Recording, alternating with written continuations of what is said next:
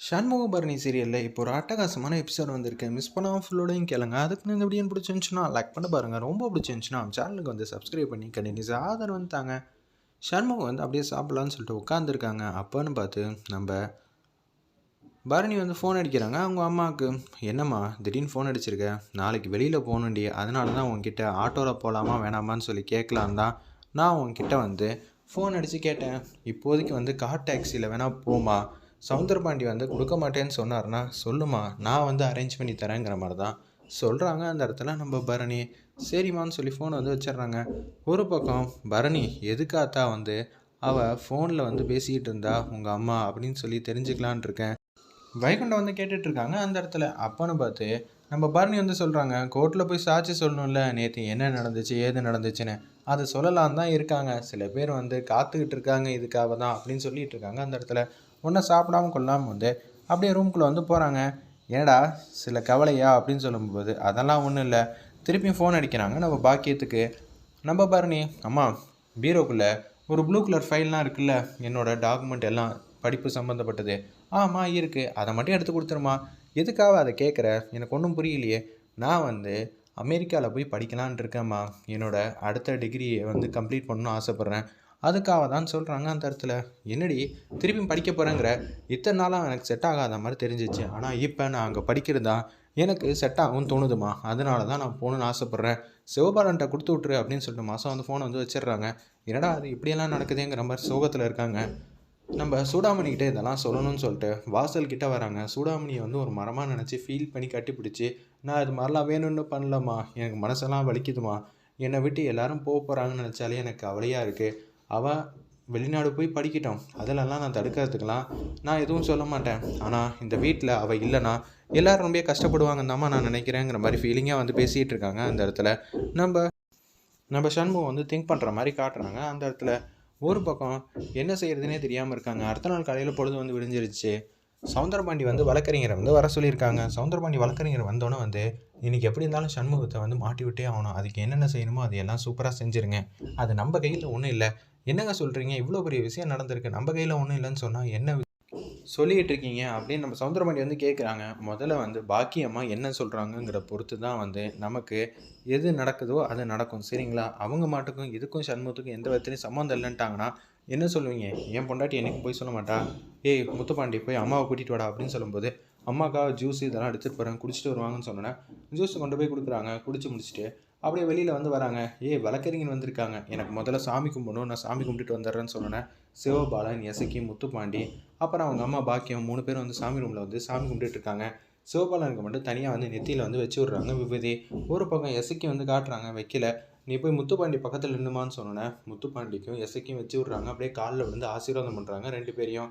அப்படியே கேஷுவலாக வந்து உட்கார வராங்க. பார்த்து மெல்லமாக உட்காரு, எதுவும் பிரச்சனையாயிட போகுதுன்னு சொல்லி அந்த இடத்துல அன்பா பேசுகிற மாதிரி நடிக்கிறாங்க நம்ம சவுந்தரபாண்டி. அந்த இடத்துல உட்காந்ததுக்கப்புறம் நீங்கள் நடந்ததை மட்டும் சொன்னால் போதும், மற்றதெல்லாம் நான் பார்த்துக்கிறேன், நான் எப்போதும் உண்மையை தான் பேசுவேன். ஆமாம் இவள் பொய்யே சொல்ல மாட்டா, எது நடந்துச்சோ அது மட்டும்தான் பேசுவா என்றைக்காக இருந்தாலும் அப்படின்னு சொல்கிறாங்க. அந்த இடத்துல நம்ம சவுந்தரபாண்டி, ஓகேம்மா நீ மட்டும் அந்த மாதிரி சொல்லிவிடுமா, எந்த பிரச்சனையும் இல்லைன்னு முத்துப்பாண்டி இந்த பக்கம் வந்து வந்துடுறாங்க. சவுந்தரபாண்டி பக்கத்தில் அவங்க ஃபேவராக வந்து ஆயிடுறாங்க. பரவாயில்ல, அவன் அந்த பக்கமே நின்றுவான்னு நினச்சேன். அம்மா மேலே தான் பாசம் வச்சுருக்கான், நல்ல வேலை சண்முகத்து மேலே பாசம் வராமல் போச்சு, சந்தோஷம்தான் அப்படின்னு சொல்லிட்டு இருக்கிறப்ப வழக்கறிஞர் வாங்க, நான் உங்ககிட்ட பேசணும்னு சொல்லிட்டு தனியாக வந்து பேசுகிறாங்க. அந்த இடத்துல சவுந்தரபாண்டி வந்து முடிவு பண்ணிட்டானா அந்த வாட்டி ஜெயிச்சே ஆகணும், தோக்கக்கூடாது, பார்த்துக்கோங்க, அது உங்கள் கையில் தான் இருக்குது. எப்படி இருந்தாலும் பாக்கியம் வந்து எப்படி பேசுவான்னு நான் நல்லா சொல்லிடுறேன்.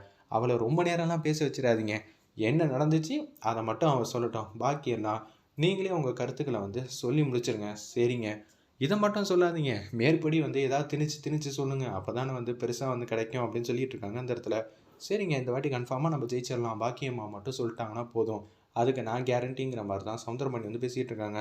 ஒரு பக்கம் அதே மாதிரி ஒரு வழக்கறிஞர் வந்து நம்ம சண்முகம் வீட்டுக்கும் வந்துடுறாங்க. நான் என்ன சொல்கிறதுன்னு தெரில, பாக்கியம் வந்து நடந்ததெல்லாம் எப்படி சொல்லுவாங்கன்னு தெரில, அவங்க உண்மையிலே சொல்லிட்டாங்கன்னா 7 வருஷம் கிடச்சிரும், சொல்லலைன்னா பிரச்சனை இல்லை, ஆனால் சொல்லுவாங்களா மாட்டாங்களா? என் தங்கச்சியெல்லாம் வந்து சொல்லலாம் மாட்டான்னு தான் நினைக்கிறேன் வைக்கிறேங்கிறதெல்லாம் அங்கே எதுவும் சொல்லிகிட்டு இருக்க முடியாதுல்ல. நீங்களே யோசிச்சு பாருங்கள், சொல்லிட்டாங்கன்னா ஒன்றும் பண்ண முடியாது, அது கையில் மட்டும்தான் இருக்குங்கிற மாதிரி வழக்கறிஞரை வந்து சொல்கிற மாதிரி காட்டுறாங்க. அந்த இடத்துல இருந்தாலும் எங்கள் அண்ணனை காப்பாற்ற முடியாதா? ஏம்மா ஒரு விஷயத்தை என்ன கண்ணோட்டத்தில் பார்க்குறாங்கங்கிறத பொறுத்து தான். சில பேர் வந்து மேம்மட்டமா வந்து சொல்ட்டாங்கன்னா பிரச்சனை இல்ல. சில பேர் வந்து அதுக்குள்ளேயே வந்து பொய் இதெல்லாம் கலந்து, உண்மையோட பொய் கலந்து பேசும்போது தான், அது ரொம்பவே வந்து பவர்ஃபுல்லா இருக்கும்னு சொல்ட்டு, அந்த சைடு வழக்கறிஞர் வந்து என்னெல்லாம் ஐடியா பண்ணி வச்சிருக்காருன்னு தெரியாது. 7ங்கிறது 14 கூட கிடைக்கலாம். அது எதுவும் சொல்ல முடியாதுன்னோனே, நம்ப சண்முகம் அத நெனச்சு ஃபீல் பண்ணவே இல்ல. ஆனா சுத்தி இருக்கிற எல்லாரும் ஃபீல் பண்றாங்க. பரணி கூட மனசுல வந்து கவல இருக்கு. இருந்தாலும் வெளில வந்து காட்டிக்கல. சரிங்க. என்ன நடக்குதோ நடக்கட்டும். நம்ம பார்த்துக்கலாம் அப்படின்னு சொல்லி, சண்முகம் வந்து வழக்கறிஞர வந்து அனுப்பிச்சு வச்சுர்றாங்க. என்னடா கொஞ்சம் கூட வந்து கவலை இல்லாம இருக்க? என்ன செய்ய முடியும்? நான் சவுந்தரபாண்டிய இந்த மாரி பண்ணலான்னு பார்த்தேன். பண்ணியிருந்தா உள்ள சந்தோஷமா போயிருப்பேன். என்ன பண்றது? இப்ப பாக்கியும் அத்தையும் இது மாரி பண்ணது தான். எனக்கு கொஞ்சம் லைட்டா சங்கடமா இருக்கு. மத்தபடி ஒண்ணும் இல்ல. உண்மைக்கான பரிசு எதுவா இருந்தாலும் வாங்கிக்கிட்டு தான் ஆவணுங்கிற மாரி தான் சண்முகம் வந்து பேசுறாங்க. நான் வந்து வெளியில வந்து வெயிட் பண்றேன். 4, 5 பேர வந்து பார்க்க போறேன். உன்ன அப்படியே வந்து உன் தொழில் செய்ற இடத்துல வந்து இறக்கி விட்டுறேன். வந்துடுறியா? அப்படின்னு சொல்லி கூப்பிடுறாங்க பரணிய. நான் கிளினிக்குக்கு போகணும்னா 5 நிமிஷம் ஆகும். வெயிட் பண்ணுறியா? சரி நான் வெளியில வெயிட் பண்ணுறேன்னு சொன்னேன்னா, வெளியில வந்து வெயிட் பண்ணுறாங்க. ஒரு பக்கம் வைகுண்டம், கூட இருக்கிற வீரலட்சுமி, செல்லக்கனி எல்லாரும் வந்து பேசிக்கிட்டு இருக்காங்க. பரணிக்கிட்ட, "ஏத்தா நீ தான் ஏதாவது ஒண்ணு பண்ணியே ஆகணும். நான் என்ன பண்ணணும்னு சொல்றீங்க? சண்முகத்த காப்பாத்த வேணாமா? அவன் இந்த வீட்டுக்கோட குலசாமிம்மா. அவன் போயிட்டான்னா திருப்பியும் வந்து 2 பொண்ணுங்கள நான் எப்படிம்மா வந்து கரை சேர்க்க போறேன்?" அப்படின்னு சொல்லிட்டு இருக்காங்க அந்த இடத்துல. மாமா இத மொதல்ல அவன் உணரணும். அவன் உணர மாட்டேங்கிறான். பிரச்சனை மேல பிரச்சனை பண்ணிக்கிட்டு இருக்கான். சரி ஒண்ணே ஒண்ணு மட்டும் பண்ண சொல்லுங்க. இனிமேட்டு அந்த பொருள எக்காரணம் கொண்டும் நான் எடுக்க மாட்டேன்னு சொல்லுங்க. நான் வேணா எங்க அம்மாட்ட சொல்லி மாத்தி சொல்ல முயற்சி பண்றேன்.